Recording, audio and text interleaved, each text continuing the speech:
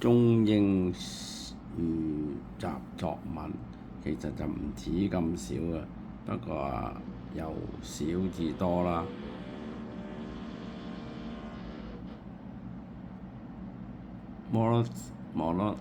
Morality and education.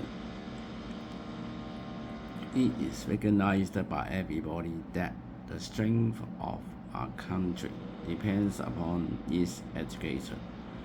The higher the educational standard, the stronger the country becomes. That is true indeed, but my opinion is that in order to make a country strong, education alone is not sufficient. It should go side by side with morality. Morality and education are the foundation of a country. The absence of either makes success impossible. Education without morality is dangerous. Morality without education is also harmful.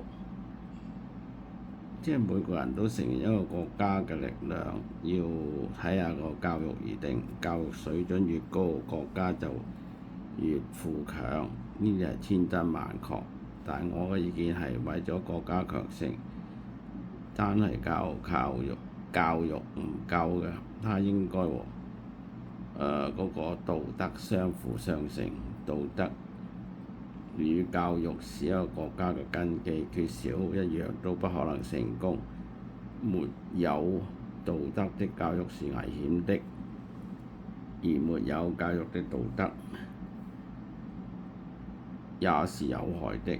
即係話唔好淨係賺錢向上，揾錢向上，有錢賺就不擇手段，咁即係毫無道德可言咯。